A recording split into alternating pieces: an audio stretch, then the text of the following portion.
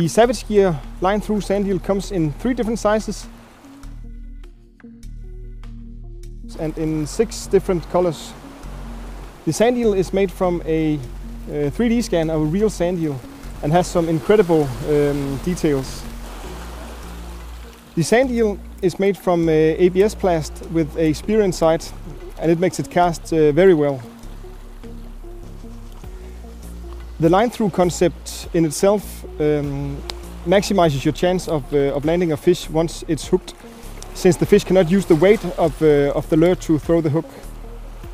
When you buy the sand eel, you'll get 2 hooks, a single and a treble, and some small beads out of the box.